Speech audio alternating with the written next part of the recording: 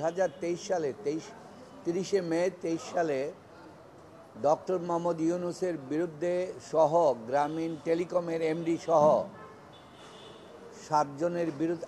8জনের বিরুদ্ধে একটি মামলা দায়ের করে দুদক। সেই মামলাটি বলা হয়েছে শ্রমিকের অর্থ আত্মসাৎ এবং মিথ্যা জালিয়াতি দলিলের মাধ্যমে ওনারা অন্যায় করেছে এবং মানি ট্রান্সফার করেছে বলে দুদক আইনে এবং মানি লন্ডারিং আইনে মামলা করে। এই মামলাটি তারা দেখিয়েছিল যে ডক্টর মোহাম্মদ ইউনূস বলে ওনার নেতৃত্বে ওনার নির্দেশে গ্রামীণ টেলিকম শ্রমিক কর্মচারীদের WPPF টাকা প্রদান করে নাই। এই কথা বলে তারা ট্রেড ইউনিয়নকে দিয়ে ডিস্ট্রিক্ট লেবার কোর্টে মামলা করে, শ্রমিকরা ইন্ডিভিজুয়াল মামলা করে। এই মামলাটা গোপন করে হাইকোর্টে এসে কোম্পানি কোর্টে একটি মামলা দায়ের করে যে গ্রামীণ টেলিকমকে যেন আপনার অবসান করে লিকুইডিটর দিয়ে যেন সরকার এই কোম্পানিটা ডক্টর মোহাম্মদ ইউনূস সাহেবের এই গড়া কোম্পানিটাকে সরকার যেন গ্রহণ করতে পারে। তার বিরুদ্ধে এই মামলা আইনত চলে না। তখন অ্যাটর্নি জেনারেল স্বয়ং আমিন উদ্দিন সাহেব এসে সেখানে দাঁড়িয়ে সরকারের বিরুদ্ধে, লেবার ডাইরেক্টরের বিরুদ্ধে তিনি দাঁড়িয়ে তখন সেই মামলাটা অ্যাডমিট করালেন এবং পত্রিকায় নিউজ দেওয়ার জন্য সিদ্ধান্ত কোর্টের গ্রহণ করলেন। এবং করার পর একদিন পরেই তিনি আবার কোর্টে দরখাস্ত দিলেন আমার নামটা ডিলিট করা হোক, as if I was not in the case। অর্থাৎ একজন অ্যাটর্নি জেনারেল সরকারের বিরুদ্ধে দাঁড়িয়ে কখনো নিজে এই মামলা করতে পারে না।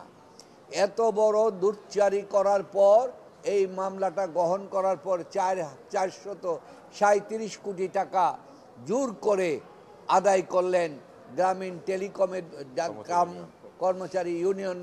এই 437 কোটি টাকা দিলেন। এই 437 কোটি আদায় করার পর সমস্ত একটা জাল, চক্রান্তের জাল। তখন বললেন, একদিকে টাকা নিলেন, বললেন তোমরা এই টাকা আত্মসাৎ করেছো শ্রমিকের সাথে মিলে, এই কথা বলে 26 কোটি টাকা তোমরা আত্মসাৎ করেছো বলে ডক্টর ইউনূসকে প্রধান আসামি করে এই মামলা দায়ের করা হয়। এখন আমরা এই মামলার বিরুদ্ধে আমরা কোর্টে গেলাম, বেল নেওয়া হলো এবং সেখানে আমাদের ডিসচার্জ পিটিশন দিলাম। সেটাকে সামারিলি রিজেক্ট করে আমাদের বিরুদ্ধে ডক্টর মোহাম্মদ ইউনূস সহ চার্জ গঠন করেন। এই চার্জ গঠনের তারপরে আপনারা জানেন তাকে লোহার খাঁচার ভিতরে ঢুকানো হয়েছে, আটকানো হয়েছে, বিভিন্নভাবে হেনস্থা অপমান করা হয়েছে। যার বিরুদ্ধে আপনাদের কাছে সে লোহার খাঁচা বলল যে আমি রাখবো না, রিমুভ করব। উনি ক্ষমতা আসার পর রিমুভ করে দিয়েছেন, তাও আপনারা জানেন। তো সেই জায়গায় আমরা এই চার্জের বিরুদ্ধে মহামান্য হাইকোর্টে আসলাম। আমরা কোয়াশমেন্ট চাইলাম যে এই মামলাটা চলে না সমস্ত কিছুতে। তখন এই মামলাটা আমাদের 26 নম্বর কোর্টের 27 নম্বর কোর্টের বিচারপতি নজরুল ইসলাম তালুকদার সাহেবের কোর্টে দীর্ঘ শুনানি করলাম। শুনানির পর সেখানে নিয়ম হচ্ছে প্রথম শুনানিতে শুধুমাত্র পিটিশনারকে শুনানি হয় মিচর, কিন্তু দেখা গেল তিনি সমস্ত সরকারি উকিল দুদকদেরকে ঘন্টার পর ঘন্টা, দিনের পর দিন শুনানি করলেন। শুনানি করে তিনি বললেন যে ডিস্ট্রিক্ট কোর্টের অর্ডার যে চার্জ যে গঠন করেছে এইটা ঠিক হয়েছে এবং 1 বছরের মধ্যে এই মামলা নিষ্পত্তি করার নির্দেশ দিলেন। এরই মধ্যে মামলার সার্টিফাইড কপি আমরা নির্দিষ্ট সময়ের মধ্যে 1 মাসের ভিতরে আমাদের হাইকোর্টে আপিল করা, সুপ্রিম কোর্টে আপিল করার নিয়ম। এই আপিল হওয়ার মধ্যে আপনারা জানেন যে 5ই আগস্টে দেশের যে বিপ্লব ঘটল, বিপ্লব ঘটার পরে ডক্টর ইউনূস তখন ফ্রান্সে ছিলেন। তিনি 8 তারিখ আসলেন, এসে ওনাকে ক্ষমতা গ্রহণ করলেন। ক্ষমতা গ্রহণ করার পর একটি আশ্চর্যজনকের ঘটনা ঘটল যে ফ্যাসিস্ট সরকার তৎকালীন দুদকের চেয়ারম্যান তিনি 11 তারিখ কোর্টে একটা মামলা উইথড্রয়ালের পিটিশন দিলেন। আমাদের অগোচরে, আমরা জানি না, আমরা আসামি, আমাদেরকে কোনো নোটিশও করা হয় নাই। এই দেওয়ার পরে দুদকের আইনজীবী নথি উপস্থাপন, কারণ ডেট ছিল না, ডেট ছিল পরের মাসে 9 তারিখ। তো সেটা উনি পরের মাসের 9 তারিখের জন্য রেখে দেওয়া আইনত নিয়ম, যে আসবে তখন শুনানি হবে। উনি কি করলেন, দুদকের আইনজীবীকে দিয়ে নথি উপস্থাপনের দরখাস্ত দিলেন। ওই দিনে 11 তারিখে নথি উপস্থাপন মঞ্জুর করলেন। 11 দিনে শুনানি, 11 তারিখে শুনানি করলেন। শুনানি করে আমাদের এই মামলাটা প্রত্যাহার করে নিলেন একতরফা শুনানিতে। এই প্রত্যাহারটা হচ্ছিল যে সরকারের অনুগ্রহ দিয়ে প্রত্যাহার করা, যেন পরবর্তীতে আবার এই মামলাটা রিভাইভ করতে পারে। তো ডক্টর মোহাম্মদ ইউনূস সাহেব বললেন, আমি ক্ষমতায় আছি, আমি কোনো সরকারের অনুগ্রহ চাই না।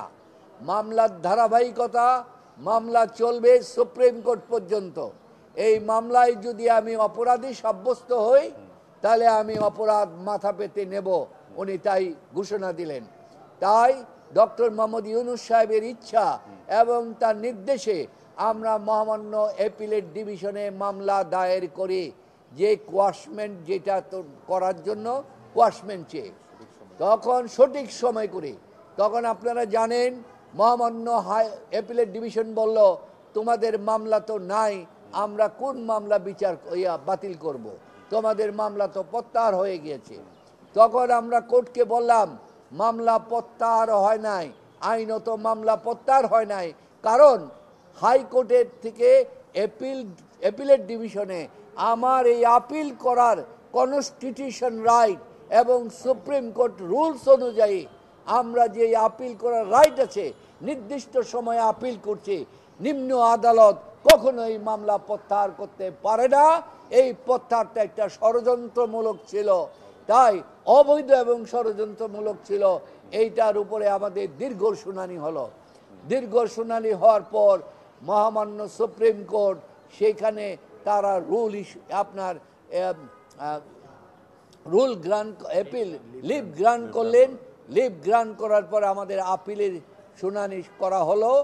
আপিল শুনানি করে উভয় পক্ষ, সরকারি পক্ষ, এমনকি অ্যান্টি কারাপশন কমিশন যে পূর্বের, সেই লয়াররাও সেখানে এসে আপনাদের সামনে শুনানি করেছেন এবং সমস্ত কিছু বিচার বিশ্লেষণ করে কোর্ট দেখলেন যে এই মামলাটি সঠিক না, এটা মিথ্যা, এটা বানোয়াট, এই মামলার কোনো ভিত্তি নাই, এইটা অত্যন্ত কনস্পিরেসিমূলক এবং এই মামলাটা হচ্ছে আপনার এই মামলার এত মিথ্যা, ভিত্তিহীন, যেটাকে বলা হয় প্রিপোস্টারাস এবং abuse of process of the court. এই কারণ বিবেচনা করে মহামান্য সুপ্রিম কোর্ট আনএনিমাসলি, কোনো ডিভিশন নাই, সবাই একমত হয়ে আজকে সিদ্ধান্ত দিলেন, রায় ঘোষণা করলেন যে নিম্ন হাইকোর্টের আদেশটি স্যাটিসফাইড করা হলো এবং এই মামলাটিকে আপিল অ্যালাউড করে এই মামলাটিকে কোয়াশমেন্ট অ্যালাউ করলো এবং অ্যালাউ করে আজকে সত্যের বিজয় হলো এবং আইনের মাধ্যমে এই মামলা থেকে ডক্টর মোহাম্মদ ইউনূস সহ বাকি যারা 7 জন আছেন সবাইকে এই মামলা থেকে খালাস দিয়েছেন।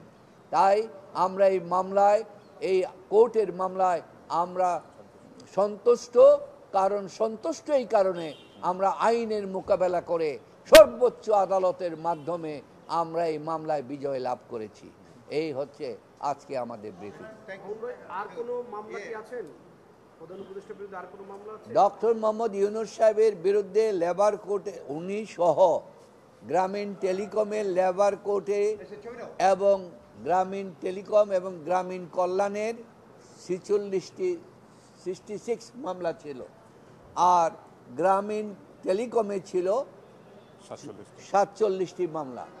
এই মামলাগুলি আজকে 8 মাস যাবৎ, এর আগ থেকে 2 বছর যাবৎ আমরা পূর্ণাঙ্গ হিয়ারিং করে এই মামলাগুলি বাতিল করা হয়েছে। মানে একটা মিথ্যার উপর আমাকে যখন দুদকে প্রথম জিজ্ঞেস করা হয় যে আপনার যে অভিযোগটার কথা বলা হয়েছে, আমি তখন বলছিলাম যে এটা সম্পূর্ণ সন্দেহ এবং উদ্দেশ্য প্রণোদিত। এখন তার সত্যের বিজয় হলো, একটা মিথ্যার উপরে মামলাটা প্রতিষ্ঠিত হয়েছে। আমরা অনেক সময় আমরা এদের ভিতর দিতে হয়েছে, গত 3টা বছর মানসিকভাবে নির্যাতিত হয়েছি, শারীরিকভাবে। আমরা না, আমাদের যেই ডিরেক্টররা ছিলেন প্রতিষ্ঠান, আপনারা জানেন, সেই ডক্টর ইউনূস সহ এই টেলিকম ভবনে আপনার এটা একটা পার্ট ছিল। এবং এর পাশাপাশি এই গ্রামীণ টেলিকম এবং গ্রামীণ কল্যাণ দখল করতে ওনারা গিয়েছেন, মানে এই সরকার পক্ষের লোকজন, গ্রামীণ ব্যাংকের ওনারা বিগত সময়ে আর কি। যাই হোক, আমরা এই সত্যের বিজয় হলো। আমরা হাইকোর্টে আসছিলাম, ভাবলাম যে এই কোয়াশমেন্টটা হাইকোর্টেই শেষ হয়ে যাবে, কিন্তু হাইকোর্ট তখন এমন একটা রায় দিলেন, উনি 54 পৃষ্ঠা রায় দিয়েছেন, অথচ এত মানে কঠিন মামলাটা ছিল না। আমরা যতটুকু আইন জানি বা বুঝি যে এই মামলাটা কোনোভাবেই চলে না, কিন্তু তারপরও এটা অনেকটা লেংদি করছে।